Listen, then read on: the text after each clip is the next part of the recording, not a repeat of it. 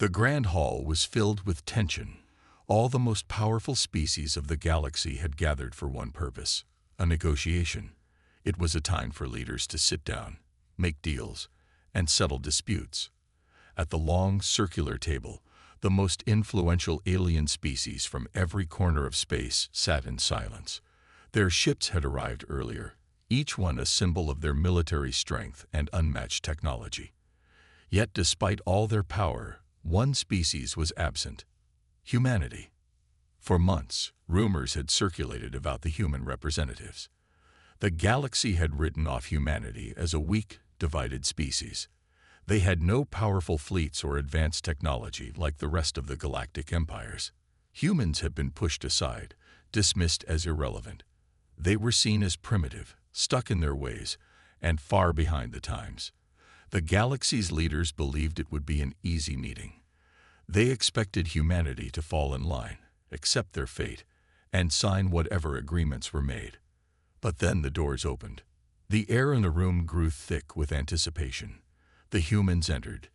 Just a few individuals, their uniforms simple and unadorned. No grand display, no flashy entrance. It was a contrast to the over-the-top displays from the other species. As the humans walked in, the room fell quiet. Everyone's eyes turned to them, expecting weakness. But there was something in their eyes. A quiet confidence, a subtle power that made even the most arrogant species take a second look. The human leader, a tall man with dark hair and piercing eyes, stepped forward. He smiled, but it wasn't a smile of arrogance. It was calm, controlled. The humans took their seats, and the room felt smaller, as if the walls were closing in. The other species tried to hide their unease, but it was clear that something was off. The humans were not like the others. They had no fear. "Shall we begin?" the human leader asked, his voice steady and firm. The other leaders looked at each other, exchanging glances. Some of them laughed quietly, thinking the humans were just playing games. But there was a shift. Something was different about this meeting, and it had nothing to do with the humans' appearance. It was in the way they held themselves, the way they looked at the others with an almost unsettling calmness. The first words were spoken, and everything changed. The galactic negotiators began to speak, laying out their demands, their terms. The humans listened. The human leader nodded as if considering their words carefully. But then, when it was his turn to speak, he stood up, his voice cutting through the room like a blade. "We will not accept these terms," he said. There was a stunned silence. The galaxy's leaders blinked, unsure if they had heard correctly. The human had rejected their offer. Humanity had no right to refuse. They were supposed to be desperate for a deal, desperate for survival. The other species exchanged glances, puzzled and curious. What had they missed? Was this some kind of trick? Had the humans truly grown so bold? "We will walk away from this table," the human leader said, his voice even. "If you wish to negotiate, we will do so on our terms." The room held its breath. The silence stretched on, thick with uncertainty. No one could believe what they were hearing. How could humanity be so bold? How could they possibly think they had the power to turn down an offer from the most powerful species in the galaxy? A murmur ran through the room. Some of the alien leaders chuckled. "They're bluffing," one said, trying to cover his nervousness with a sneer. "Let them leave. We can always crush them later." But the human leader's eyes didn't waver. There was no sign of hesitation in his face. The rest of the human delegation stood tall, their expressions as calm as their leaders. And then, in one motion, they all stood up. The air seemed to thicken, as if the room itself was holding its breath. "We have no interest in your offer," the human leader continued. "If you wish to make another, we are willing to listen, but we will not be dictated to. We walk away now." It was a simple statement, but it carried more weight than any threat. There was no fury, no anger in his voice, just a calm assurance. The alien leaders shifted uncomfortably in their seats. One by one, they stood up. The deal was over. Humanity had walked away, and the room felt colder, emptier. The other species had never expected this. They had underestimated the humans. Now they could only watch as the human delegation filed out of the room, leaving behind only stunned silence. In the corridors outside, the humans walked in unison, their steps echoing off the cold, sterile walls. There was no celebration. There was no rush to leave the building, as if they were simply carrying out a task they knew had to be done. It was as though they had known all along that this moment would come, that this moment was inevitable. Back inside the Grand Hall, the other species were still frozen in disbelief. The first shock had passed, but the questions began to swirl. Why had the humans rejected the deal? Did they know something the others didn't? Was this a trap, or had they simply miscalculated? The leader of the Zillar race, a tall, insectoid species known for their ruthless tactics, was the first to speak. They are a fool. We have the power to crush them. But the voice of the Kethnar, a large, amphibious species with incredible mental abilities, interrupted him. Are you sure? Did you see the way they held themselves? There was something in their eyes. They weren't bluffing. The room fell silent again. The other leaders looked at each other. No one knew what to make of it. Some wanted to dismiss the humans as weak.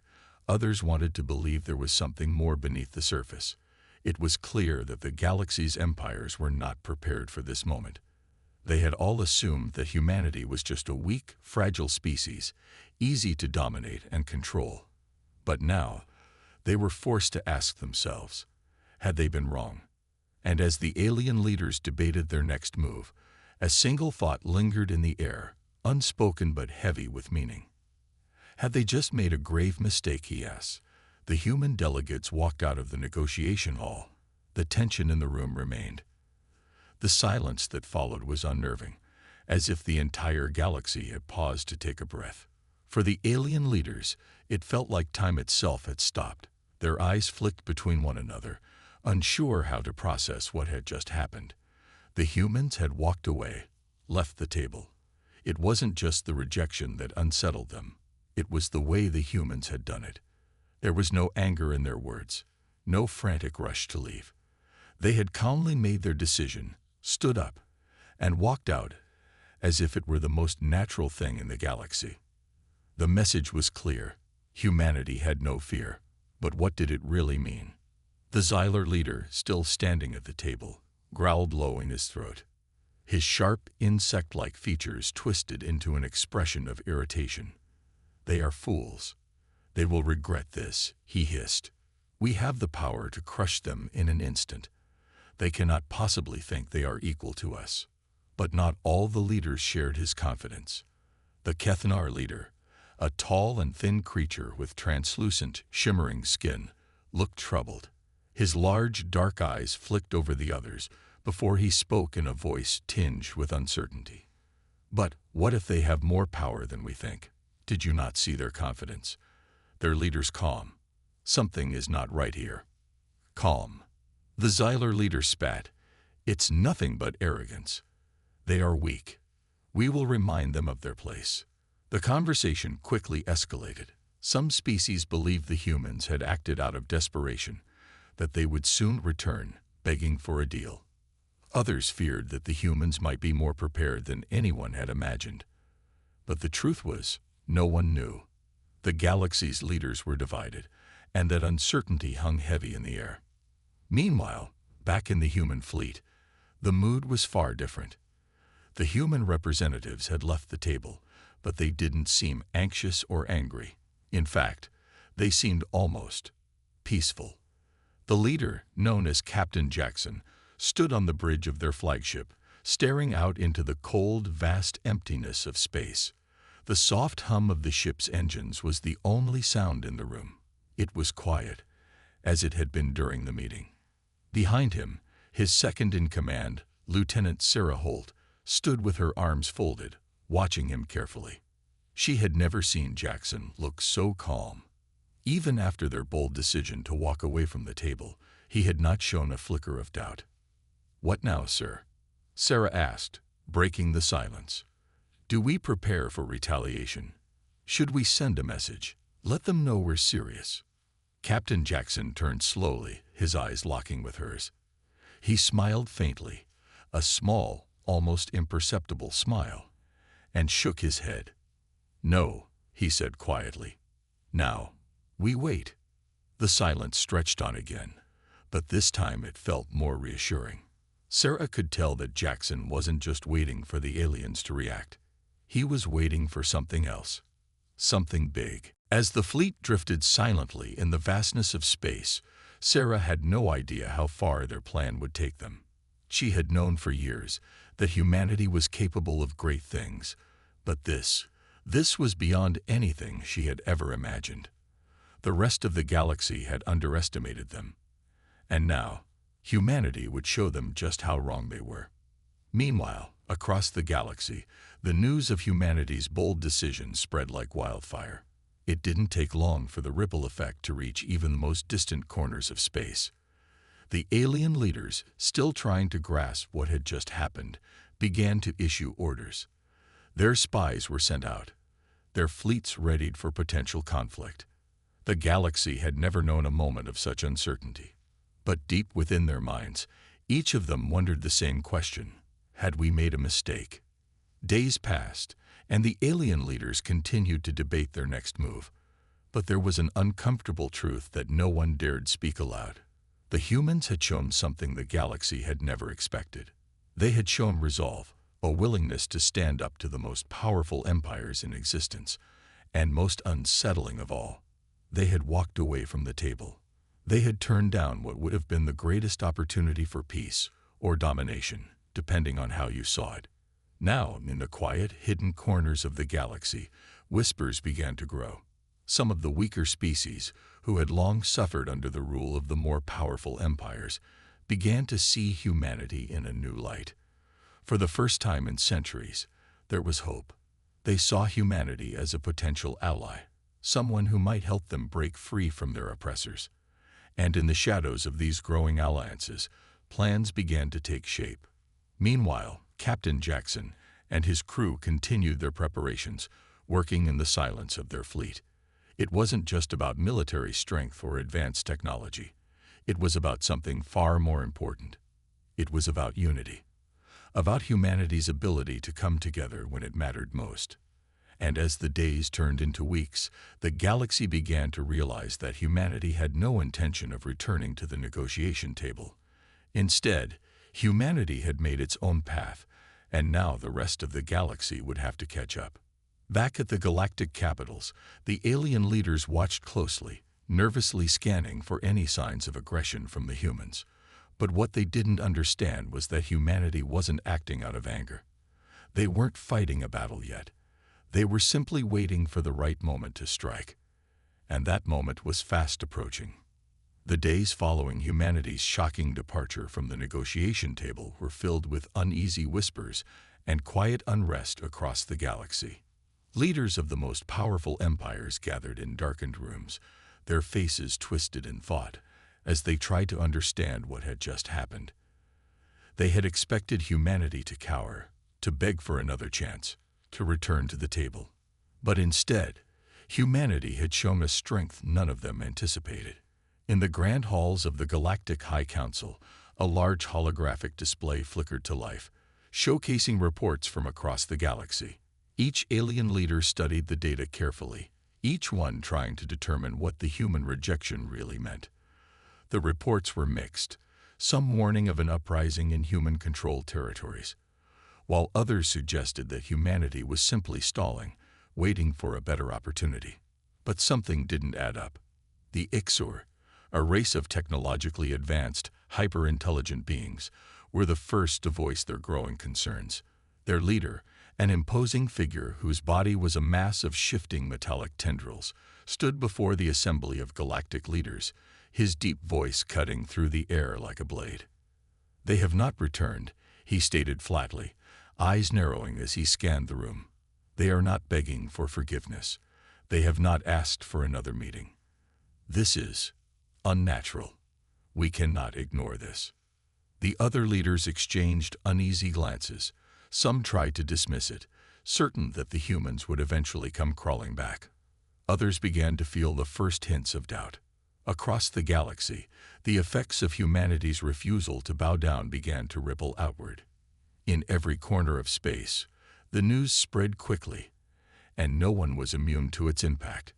Even the species who had long since abandoned humanity as irrelevant were starting to take notice. On the distant planet of Vexus, a small but highly strategic human colony, local government officials watched the news reports anxiously. They knew that their position within the galaxy was precarious. Vexus was a mining world, rich in rare minerals that had drawn the attention of several alien races in the past. But now, with the humans rejecting the galaxy's terms, they felt a sudden shift in the balance of power. "We need to prepare," said Commander Aaron West, the leader of the Vexus colony. "The galaxy might underestimate us, but we can't afford to be caught off guard. This is our moment to make them understand what we're capable of." "We've spent years building relationships with other systems," replied Lieutenant Maria Yang, who worked closely with the Human Alliance Network. "Now it's time to make those alliances count. The galaxy has no idea what's coming." Commander West nodded, his expression grim. "We'll use every advantage we have. We can't let them think we're weak.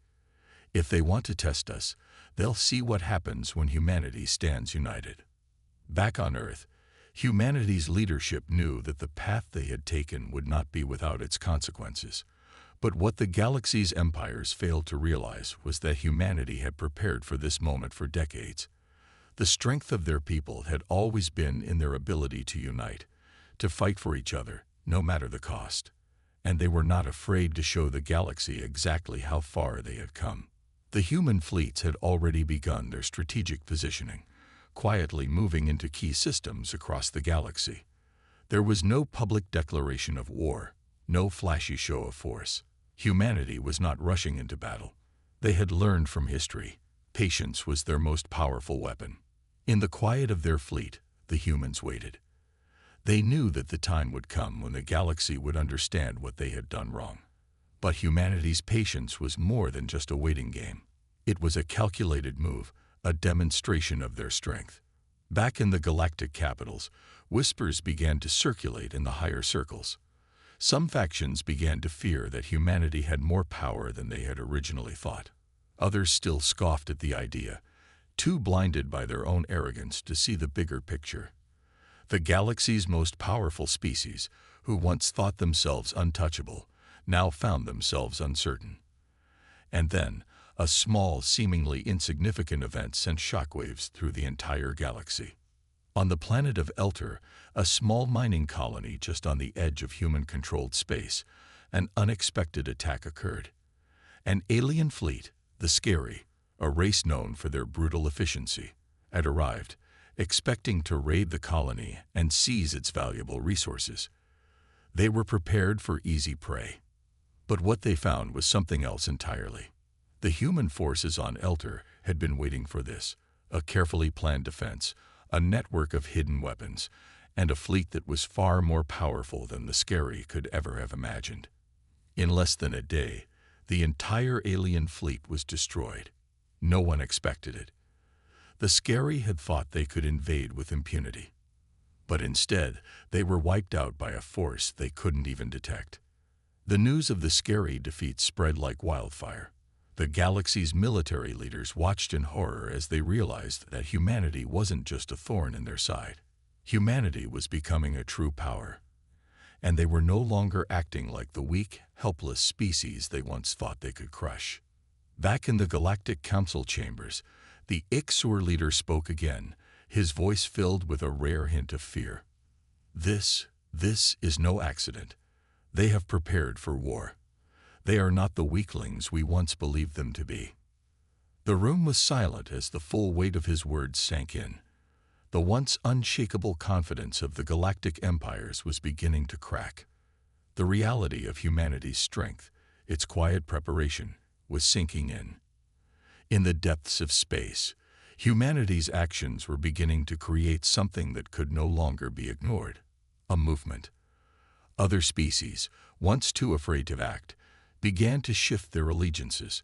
They began to question their loyalty to the galactic powers that had long ruled over them.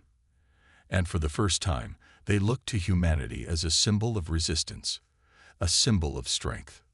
The galaxy, once so certain of its superiority, was beginning to tremble. The humans had set the stage, and now the galaxy was forced to ask itself one crucial question. Had they made a grave mistake by underestimating humanity? The galaxy was never the same after that day on Elter. The scary defeat was not just a blow to their pride. It was a wake-up call to every empire that had once laughed at humanity's insignificance. In the aftermath, whispers of humanity's strength spread across the stars, like ripples in a pond, reaching even the farthest corners of space. No one had expected this. No one had expected humanity to be a threat. Back in the Grand Council chambers, the alien leaders were no longer so sure of their superiority. The Ixor leader, whose metallic tendrils were once a symbol of calm, now jittered with agitation. "They are testing us," he said, his voice sharp, as if he were speaking to himself more than anyone else. This attack on Elter was no accident. It was a message. The Xylar leader, known for his cold and calculating demeanor, narrowed his eyes. A message indeed, and they've already shown us their strength.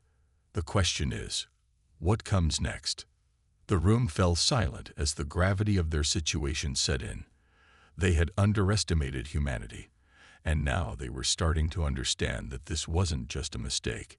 It was a miscalculation that could cost them everything. Across the galaxy, the shockwaves were being felt. The once dominant empires of the galaxy were scrambling to adjust. Some rushed to reinforce their borders, while others began to reevaluate their alliances. Everyone had once thought humanity was a simple species, too disorganized, too divided to ever become a real threat. But now, with the fall of the scary fleet, it was clear. Humanity was not only capable of fighting back, they were capable of winning. Captain Jackson stood on the bridge of his flagship, staring out into the vast expanse of space. His crew had been preparing for this moment for years, but even he couldn't deny that the galaxy's response was moving faster than they had anticipated. The scary were only the beginning. Now, humanity had the galaxy's full attention. "Sir, we've received a message from the Ixor," Lieutenant Holt reported, her voice steady, but her eyes betraying a hint of concern. "They're calling for a meeting. They want to negotiate." Jackson didn't flinch. He had expected this. They were calling for a meeting because they knew humanity had made its move. They wanted to be the ones in control of the next steps. "They want to talk, but they want us to come to them," Holt added, her voice soft with hesitation. "Are we going to accept?" Jackson turned to face her, his expression unreadable. "No, we don't go to them. They come to us." Holt blinked, surprised by his response. "But sir, if we keep refusing to meet with them, won't they think we're just provoking them further? What if they retaliate?" "Let them," Jackson said calmly. "We've already shown them what we can do. We don't need to meet them on their terms. The galaxy must learn that we will no longer bend to their will. They come to us. We are in control now." As the crew processed his words, Jackson's mind was already on the next step. The human fleet was stronger than ever. But it wasn't just about the ships, the weapons, or the technology. It was about the unity they had forged over the years. Humanity had learned to work together, not just in times of peace, but in times of war. They had come to realize that their strength was not in their individual power, but in their collective will to survive. Back on Earth, President Eleanor Graves stood in her office, staring out the window at the bustling city below. For the first time in history, humanity was not fighting for survival. They were fighting for control of their own future, and with each passing day, that future seemed a little more within their grasp. "Ma'am," an aide spoke up, interrupting her thoughts. "The Galactic Council has sent another message. They are demanding a response." Graves turned, her expression firm. "Tell them we'll respond when we're ready. We don't answer to them anymore. They answer to us. Across the galaxy, the message was clear. Humanity was no longer going to play by the rules set by the alien empires. They had rejected the negotiations. They had destroyed a fleet. And now, they were refusing to meet on anyone's terms but their own. In the council chambers, the alien leaders were beginning to panic. For the first time, they didn't know how to control the situation. The Ixer had expected the humans to crumble under pressure. The Ziller had believed that humanity's isolation and lack of unity would make them an easy target. But all of them had been wrong. And now they had to ask themselves, what if we were wrong about everything? The galaxy was starting to realize that humanity was not just another species to be conquered. They were a force to be reckoned with. The galaxy's tension reached a boiling point. The alien empires, once so sure of their dominance, now found themselves trapped in a web of uncertainty. Humanity had made its message clear. They were no longer a side player in galactic politics. They were a power in their own right. And they had made it known that no one, not even the mightiest empires, could dictate their future. In the heart of the Galactic High Council, leaders paced anxiously. The Ixer leader, once calm and assured, now seemed frenzied. We underestimated them. They're not backing down. The Ziller leader was equally uneasy. Their unity is their strength. If they continue this way, they could rally the entire galaxy against us. The Kethnar leader, whose race was known for their shrewd strategic minds, spoke up quietly. We've been cautious, but perhaps it's time to negotiate again. Offer them something, anything, before this spirals out of control. But even as they spoke, humanity was already making its next move. Captain Jackson sat in the command center of his flagship, a calm smile on his face. We're not negotiating anymore. We've already made our decision. Now it's time to show them just how serious we are. Humanity's fleet, now spread across the galaxy, was moving into position. They weren't just defending. They were taking control of strategic systems, claiming territories that had once belonged to the most powerful species in the galaxy. It was a statement, a bold, unshakable declaration that humanity would no longer be ignored. Back on Earth, President Graves addressed the public, her voice steady and unwavering. We've shown the galaxy what we're capable of. Now we will continue to shape our own destiny, and we will not stop until every being in the galaxy understands that humanity stands as a force to be reckoned with. And as the fleet surged forward, the question that echoed in the minds of every alien leader was no longer whether humanity could be defeated, but whether they could be stopped at all. The galaxy was on the edge of a precipice. The alien empires had tried everything. Threats, diplomatic efforts, covert sabotage, to break humanity's resolve. But nothing had worked. Humanity had refused to bend, had refused to back down. And now they were more united than ever before. With each passing day, humanity's presence in the galaxy grew stronger, its forces more organized. The once feared empires, so certain of their superiority, now found themselves scrambling to keep up. On the planet of Silor, the Scary were making their final stand. The once mighty alien race, humiliated by their defeat on Elter, was desperate. They had tried to rally their allies, but the galaxy was shifting. Even their own allies were no longer certain. Some were defecting to humanity's side, seeing a future where they could stand alongside the humans rather than oppose them. Captain Jackson's fleet arrived in the Silor system like a storm. The human ships, sleek and powerful, were no longer the scattered, disorganized fleets they once were. They were a unified force, with clear objectives and unmatched coordination. The Scary did not stand a chance. "We've got them surrounded," Lieutenant Holt reported, her voice calm but fierce. "They won't escape. Make sure they understand what happens when you underestimate humanity." Jackson replied, his tone low, filled with quiet rage. "We're not just defending anymore. We're taking back what's ours." The battle that followed was swift. The Scary tried to fight, but their ships were outmatched, their strategy shattered by the precision and power of the human fleet. The Scary had once thought they were invincible, But they had underestimated the strength that came from humanity's unity. The loss of Tyler would mark the beginning of the end for their once proud empire. Meanwhile, across the galaxy, the other alien races were watching, unsure of what to do. The Ziller and Ixer, once the largest power players, were now struggling to maintain their influence. More and more systems were beginning to shift allegiances. Even the Kethnar, once the most pragmatic of the empires, were beginning to question their place in a galaxy where humanity now stood as an equal, if not superior, power. Back at the Galactic High Council, the mood was desperate. The once sturdy walls of alien arrogance were crumbling under the weight of humanity's continued advances. They had tried to intimidate, to negotiate, to isolate the humans, but every attempt had failed. The fear was palpable now. The Ixor leader slammed his tendrils on the table, his metallic body shaking with fury. We cannot let this continue. Humanity is growing stronger with every passing day.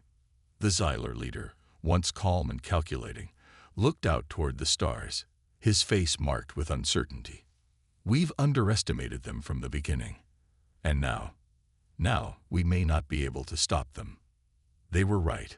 Humanity had evolved. The collective strength, the bond forged from centuries of adversity, had made them a force unlike any the galaxy had ever seen. It was no longer about conquering territories or building alliances.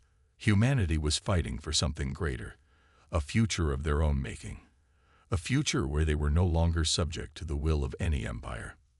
Time's running out, the Kethnar leader said, his voice soft but grave.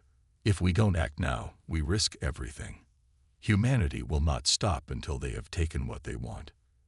In the heart of the galaxy, humanity's message had been received loud and clear. They weren't just a species to be conquered.